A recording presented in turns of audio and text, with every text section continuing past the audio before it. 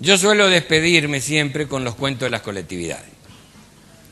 Ustedes saben que está comprobado por los antropólogos que los mexicanos descienden de los aztecas, los guatemaltecos de los mayas, los peruanos de los incas, pero nosotros descendemos de los barcos. Quedan, gracias a Dios, algunas comunidades indígenas, pero también nosotros nos hemos encargado de que perdieran el orgullo de pertenecer a ellas. Ahora lo están recuperando. Hay 13 comunidades indígenas con más de 500.000 almas, y esta es una de las deudas pendientes que tenemos los habitantes de Argentina. Esta es una de las materias que tenemos que resolver con algo que decía su santidad, que está, como decía yo en el jubileo el otro día, en este mundo actual está todo globalizado menos la solidaridad. Y esto requiere solidaridad, pero no en esa solidaridad malentendida de la asistencia social.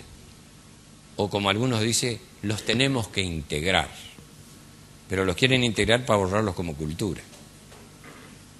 Hay que integrarlos respetando su identidad, sus creencias y su fe y su orgullo de pertenecer.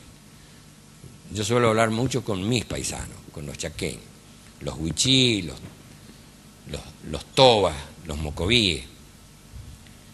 Y gracias a Dios ya hay maestros bilingües, hay hasta algún abogado, hay especialistas en el medio ambiente a nivel terciario. O sea que Cristaldo es uno de los poetas sobresalientes del Chaco, y es uno de los orgullosos de tener sangre toba. O sea, cuando se les dio la posibilidad demostraron de que son tan capaces como el que más. Lo que pasa es que requieren este tipo de posibilidades que a veces no le hemos dado, lo hemos ido arranqueando contra el monte. Pero esto va a cambiar, Dios mediante, va a depender de nosotros. La mayoría de nosotros viene de alguna herencia gringa, ¿no? Así que cuando hacemos una broma, estamos hablando del papá, o de mamá o del abuelo. No hay crueldad en esto. Hay una broma. La crueldad está en la creencia popular, porque el sainete criollo hizo estereotipos y después en cada comedia que se hacía estaban esos estereotipos como que eso era la general de la ley. Había un gallego bruto siempre, un alemán prusiano de bigotito así, de pordiano y tondo para los cuendos, un tano cocoliche, un turco mercachifle, un judío amarrete, siempre ruso, el ruso tal. Ninguna de esas cosas eran ciertas, porque los primeros rusos que vinieron acá fueron los gauchos judíos. Y fíjate vos, eran agricultores, venían a encontrarse con su destino, porque ellos nacieron pastores y labriegos. Las persecuciones los obligaron a cambiar de oficio, porque no podían salir corriendo con una chacra bajo el brazo. Por eso cambiaron de oficio para cosas más chicas que pudieran envolver, que es la joyería. La gente cree que eligieron la joyería porque sí, se vieron obligados. Algo que pudieran llevar con ellos, ¿no? Pero bueno, los árabes, acá tiene que haber algunos. ¿Se acuerdan los que andaban con las telas, como yo tengo el poncho acá a la izquierda? Caminaban por las chacras, hasta que hacían una platita como para un carrito, y después para ponerle un caballo adelante, después chatita, y después tenda. 2 vidrieras, entrada al medio, puerta 2 hojas. Vidrieras de vidrios comunes, ¿no? Y después las persianas aquellas onduladas, ¿viste? Y el de la historia, es uno que le había ido bien, pero se había ganado eso. Entonces cuando había tenido plata, dijo, me va a dar un premio a mí mismo, me va a ir de vacaciones. Porque el árabe tiene como sobresaliente, le gusta hacer negocio, le gusta la plata y le gustan las mujeres. Ustedes dirán, ¿por qué? Porque hay una tradición allá, que allá pueden tener hasta 8 o 10 esposas. Y usted dirá, qué lindo, ¿qué? No, no es tan lindo. Yo estuve en Egipto y me contaron cómo es la cosa. El tipo está casado y se enamora de nuevo. No está prohibido enamorarse, pero se tiene que casar. Si llegan a descubrir que tiene un amante, ojo, entre los musulmanes, ella y él son degollados en plaza pública. Lo que está permitido es casarse, lo que no está permitido es ser amante. ¿Está claro? Por eso algunos tienen 5 o 6 esposas, por respeto a esto. Al cuello. Vienen acá, se convierten, nadie los degüella y le meten para adelante.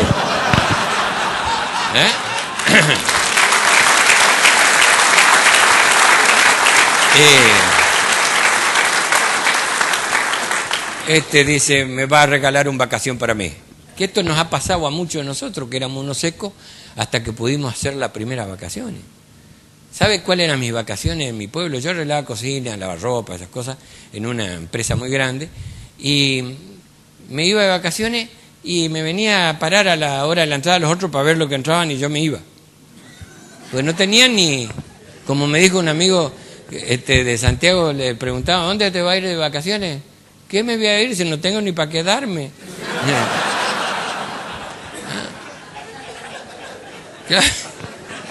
Yo eso no tenía ni para quedarme, ¿a dónde iba a ir? Hasta que él pudo y se fue a uno de los lugares clásicos, o Mar del Plata, o Córdoba, o Mendoza, Salta, Mar del Plata. Entonces, la primera noche me va a regalar una función de teatro que hace años quería ir, nunca fui. Y se fue, teatro. Y al otro día dice, vas a cenar afuera. Nunca cenó afuera. Vio el restaurante y entró. Y a veces habría que mirar antes la lista. 5 metros adentro ya se dio cuenta que la alfombra era muy esponjosa. Entró a mirar los costados, las mesas, de hilo blanco casi hasta abajo, con otro mantel atravesado también de hilo, y las flores del medio eran en serio. Eran flores. Cada mesa un mozo y cada 3 mesas 1 metro. Y él pensó pasos adentro, esto va a estar duro después. Pero como él había decidido premiarse a sí mismo, se la aguantó. Cenó, cuando le traen la cuenta, lo habían acostado.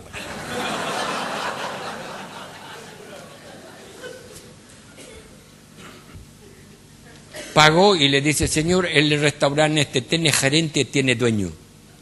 No, dice, tiene gerente. Él va a decir al gerente que quiere hablar una palabra para él. Sí, cómo no. Entonces va y dice, señor gerente, el de la mesa 4, de la hora columna, quiere hablar con usted. Y sí, otro que no quiere pagar. No, este pagó. ¿Y qué quiere? Y si quisiera hablar conmigo, hubiera hablado conmigo. Quiere hablar con usted. Tenés razón, anda. Se acomoda el tipo, se arregla. Dice, buenas noches. Me decía el mozo, dice que usted quería hablar conmigo. Si usted es el gerente de este restaurante. Sí, señor, soy el gerente. Se para, dice, deme un abrazo fuerte. ¿Cómo? Que me dé un abrazo fuerte. Discúlpeme, dice, yo no creo conocerlo y no creo haberlo visto nunca. Dice, por eso, porque va a ser la última vez que me vea.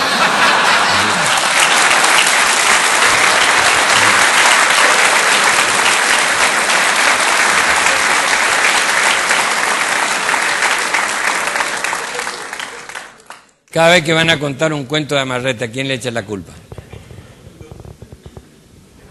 Había una vez un judío, ¿sí o no? Usted sabe, como que fueran los únicos amarretes de la creación. ¿Usted sabe los amarretes que yo conozco? Usted sabe que cuando, por ejemplo, fui a Cataluña, me contaban, el catalán es uno de los amarretes universales. Las bromas que se hacen de ellos mismos son tremendas. Dice que catalán, dice, ¿cómo hace para meter 9 catalanes en un Fiat 600? Decirle que un billete de $10 adentro en el piso. Y si para que se bajen rápido, decirle que era un taxi. Nadie quiere pagar. Pero los escoceses, los genoveses y en casa, el piamontés. Donde hay piamontés no hay judío. Se las toman. Me decía Me decía uno en Brickman, mira Luisito, dice, ¿dónde estamos los piemonteses, los judíos? Se ne vate porque non sa capichone. Y porque nosotros somos más comerciantes que ellos. Hermano, con nosotros no puede. Le digo, pero ¿cuál es la diferencia? El piamontés, como el judío, con tal de vender algo, te vende la madre, pero el piamontés no te la entrega.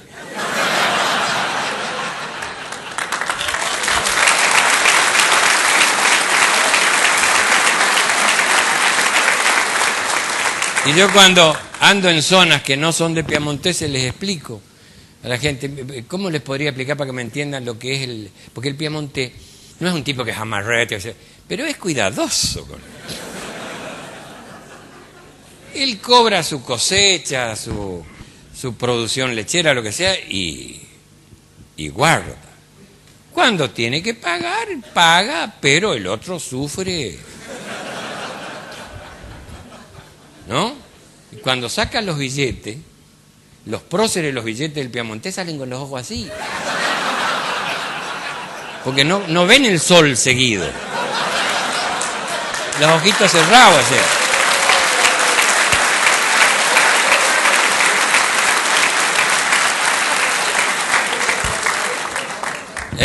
Sí. ¿Es así o no es así la cosa? Y yo le decía, para que ustedes tengan una idea cómo es la cosa. ¿Sabe? Le digo, ¿quién es piamontés? Cavallo. Cavallo es descendiente directo de piamontés. Acuérdense cuando la Norma Pla fue y le pidió aumento. Él lloró y la plata no era de él.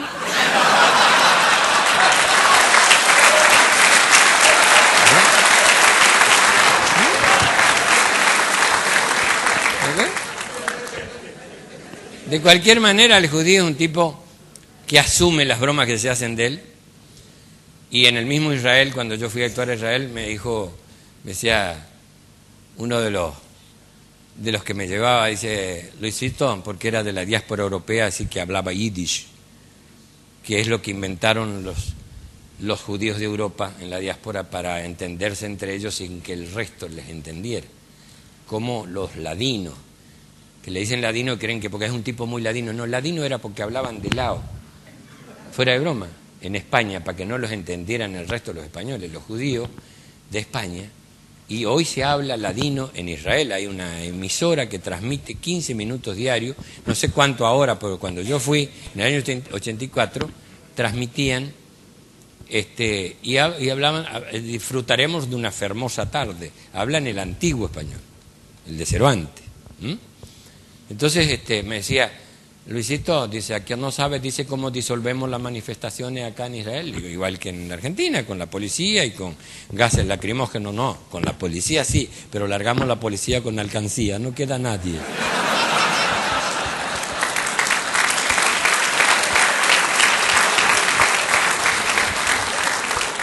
Y otra cosa hermosa que me decía un judío compañero mío de Radio Nacional, me decía, Luisito, ¿a que no sabe cómo se inventó el alambre? Le digo, no, dos judíos tirando la misma moneda.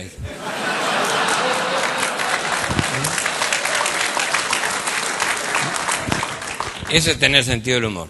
Bueno, y para redondear y agradecerles, porque hubo que aguantarse el calorcito acá, ¿no? Voy a redondear con la gente que tiene que ver conmigo, aunque no con mi sangre. Usted sabe que yo soy hijo de italiano y criado con españoles. Así que en la casa de esos dos gallegos donde me criaron, siempre se hablaba de romerías, de chorizos en grasa con pimentón, de fabadas y empanada gallega y de pulpos y eso, y bacalao, y de callos a la madrileña. Ese fue y la jota, y el 12 de octubre, y las romerías. Y vale la pena también aclarar, la gente siempre le echó la culpa de cualquier bruto. Había una vez un gallego, los primeros gallegos que llegaron acá eran no instruidos, algunos hasta analfabetos, bilingüemente analfabetos porque eran analfabetos en gallego y analfabetos en castellano. Yo venía en un país que se hablaba castellano. Y algunos dibujaban la firma, como la gallega que me crió. Y dibujaban los números con paciencia, pero sabían lo que estaban haciendo. Y esos gallegos, acuérdense, muy poco instruidos, no faltos de inteligencia, que es otra cosa, con un lápiz de tinta en la oreja, anotando en esos libros largos y en la libreta a la vez, nunca se equivocaban cuando sumaban. Siempre daba el mismo resultado la libreta que el librito largo. Y son los que hicieron las grandes empresas. Si estos tipos hubieran sido instruidos, ¿cuáles hubieran sido los cuentos? ¿No? Cuando ellos dicen jato, nosotros nos reímos. Después averigüé, no hace mucho tiempo, que en la lengua gallega no hay J, la G es J. Como cuando un vasco dicen, me voy a ir con el mujer en la cine para ver el película. Dice, ¿qué animal, cómo habla? En la lengua vasca no hay femenino ni masculino. Pero eso uno lo aprende con el tiempo. Y aprendí con el tiempo que toda intolerancia viene por ignorancia. Pero vamos a la historia esta de los gallegos, porque es una creencia universal. Así que vamos a hablar de la creencia y no de lo que son en realidad. Conversación entre dos. Dice, a mí hay una cosa que me molesta, quiere que te diga. Cada vez que tienen que poner un ejemplo de un industrial del mundo, siempre el mismo, Henry Ford. Que Henry Ford esto, que Henry Ford aquello, que si no fuera por Henry Ford el pueblo no hubiera andado en auto, que si no fuera por Henry Ford Norteamérica no sería conocido, y que esto y que lo otro. Y le dice el otro, pero sí es cierto, yo no lo niego, no lo niego. No le estoy quitando valores. Lo que me molesta es la injusticia con el hermano, que también tiene lo suyo. Dice, ¿cuál hermano? El de los quesos, el Roquefort.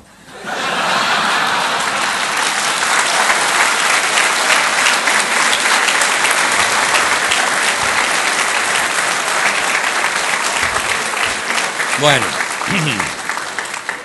muchas gracias y voy a dar testimonio de que los españoles, cuando hacen humor entre ellos, son bastante más impiadosos que nosotros, entre ellos. Yo he escuchado cosas terribles en España donde entraba el rey, el arzobispo, no tienen, y de tal región, y el conde de tal, y el marqués de aquello, y los hacen bolsa por radio. Esto que les voy a contar es un testimonio de algo que me pasaron por teléfono al otro día que sucedió. Julio del 97, Canal de Madrid. Con esto les digo gracias. Cuenta un tío, después se van a dar cuenta por qué me lo mandaron para mí. Porque querían que yo esta broma se la hiciera a un amigo que después cuando yo cuente, ustedes van a saber quién era. Si lo digo antes, estoy cantando el final del cuento. Dice que por la carretera que accede de Francia a España, por esa carretera venía un tío con un Mercedes-Benz de aquellos. Y ya entrada en España, en la campiña, en propia campiña, mira hacia la derecha y estaba un tío con sus ovejas, un pastor, y el del Mercedes-Benz detiene su Mercedes-Benz en uno de los apiaderos, porque ahí hay unos descansos, porque hasta el filo del asfalto está sembrado allá. Y hay cada tanto unos descansos por si pinchaste una goma. Y en uno de esos apeaderos, el tío detiene el Mercedes-Benz y se apea. Y le pega el grito al pastor. ¡Ey! ¡El de las ovejas! ¡Hola, qué hay! ¿Es vuestro el rebaño? Hombre, claro. Os hago una propuesta. Usted dirá, si las cuento en número exacto de un solo vistazo, ¿me regaláis un animal? Es rara la propuesta, pero es raro que acierte. Y me gustan los desafíos, así que ala, a contar. El tipo hizo así. 264 y se quedó blanco el pastor. Dice, a mí no me embroma usted, alguien le ha dado el dato. Discúlpeme, señor, mi dignidad no me permite hacer una broma de tamaño gusto. Es de muy mal gusto hacer una broma a una persona que no conozco. Además vengo de Francia, no le conozco y por eso pregunté si era vuestro el rebaño. Pero si no me cree, ala, a otra cosa y me voy, sigo mi viaje. No, no, hombre, si me ha ganado una buena ley, baje usted y busque su animal. Y baja, desciende ahí a la pradera y busca el animal. Y cuando se está yendo, el pastor le dice, ¿el del Mercedes? Dice, sí, ¿qué ocurre? ¿Os hago una propuesta yo? Bueno, me parece bien. ¿Y en qué consiste? Si yo adivino quién es usted, ¿me devuelve el animal? Hombre, me parece justo. Y el tipo se para así, manos en jarra. A ver, ¿y quién vengo a ser yo? A ver. Para mí usted es el ministro de Agricultura y Ganadería de España. Hombre, ¿y cómo se dio cuenta? Porque bajó a buscar una oveja y se lleva el perro. Muchas gracias. Muy amable. Muchas gracias.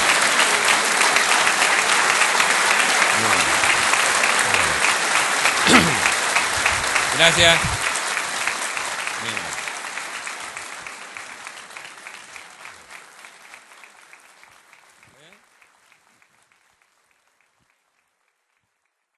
Che, si no anda el calentador ese, prendan la cocina, hombre, porque si no, tomás mate con agua fría también, no sé. ¿Vas a tocar algo más? No, yo ya te complací hoy ya. Ahora te voy a pedir que me complazcas vos a mí. Quiero que recites ese poema. ¿Te acordás que recitaste en la Salamanca allá en Cespeña? Te escuché yo. Ese del gringo, el gringo José, del loco José. De Campo Largo, de allá de la zona aquella. Bueno, mira, la mayoría de la gente lo conoce por Loco José, pero no se llama Loco José, se llama Tiempo adentro de la siembra. Y es la historia de un colono polaco que tenía la rara manía de caminar la chacra, ¿sabes? Iba de una punta a la otra y claro, eso provocaba risa a la gente, todo, le decían el rayado, ¿no? El loco por eso. Y yo estuve entre los muchachones que me reí alguna vez cuando íbamos a ondear pajaritos a la siesta, así con los muchachos. Y después de mayor me enteré de la historia real de este hombre y el porqué de ese desvarío. Y entonces le escribí su historia como desagravio a aquellas risas, ¿no es cierto?, que fueron injustas. Bueno, te voy a complacer. Escarbale algo ahí de paso para... Bueno. Un hombre camina solo, tiempo adentro de la siembra. Está paseando su angustia sobre esa vida de tierra, que son las pocas hectáreas de esa chacra pura pena, donde siempre tuvo algo que vino a aguarle la fiesta. Unas veces las heladas que vinieron tempraneras, otras veces fueron plagas, otras lluvias, otras secas. La cosa es que nunca tuvo cosecha que fuera buena. Ahora es otoño en su vida. Esa vida que se seca como está seca la chacra culpa del sol que la quema. Hoy ya no sabe qué hacer, se pasea y se pasea, los ojos mirando lejos, como añorando su tierra o mirando en años mozos cuando a estas playas viniera, porque a veces algo ayuda el recordar cosas viejas, pensar en cuando llegó una mañana serena, amanecer de ilusiones que iluminaron su senda, para que encuentre un arado y se olvide de la guerra. Ilusiones que anduvieron caminando en tierra suelta, cantando junto a su dueño, con cada gota de siembra. Ilusión que hecha capullos, le permitió que intentara traer a la que esperaba en un pueblito de Europa para ser su compañera. Y al poco tiempo llegó la tímida Federenca. Pelo rubio y ojos claros que apuntalaron la siembra, iluminando aquel rancho con su menuda presencia. Llegó la gringa y la chacra parecía estar de fiesta. Aparecieron cortinas y hasta mantel en la mesa. Cantaron mejor las aves al ver que llegó una dueña, y tuvo otro gusto el pan que amasara por las noches en ese andar de impaciencia, porque la gringa era arisca para andarse con perezas y a todo le puso el lomo, sin preguntar cuánto pesa. Y así pasaron 6 años persiguiendo la cosecha. Mas lo bueno dura poco y la pobre cayó enferma. El gringo desesperaba sin saber cómo atenderla. Temblando la llevó al pueblo, cuerpeándole a la picada su sendero de culebra, y sin medir el cansancio de aquellas sus pobres bestias, entró al galope en el pueblo, como a ganarle a la muerte una vida en la carrera. Y en esa misma volanta, mensajera de cosechas, muy triste por la picada llorando trajo sus penas, porque se volvió muy solo, sin la pobre Federenca, que se quedó para siempre debajo un poncho de tierra. Iba llegando a la chacra y en el rancho creyó verla, repitiendo esas palabras que al morir ella dijera: cuida la chacra, José, trabajá y nunca la venda. Y allí comenzó a vivir las cuentas de su existir en un rosario de pena, porque además de faltarle su tan guapa compañera, el destino desde entonces le mezquinó las cosechas. Por eso camina solo bajo aquel sol que lo quema, como queriendo en su andar gastar el surco hasta hundirse para siempre en esa tierra, como queriendo encontrar junto a perdidas cosechas la figura angelical de su buena Federenca, para seguir siempre juntos, caminando de la mano, tiempo adentro de la siembra. Muy bien, un versazo.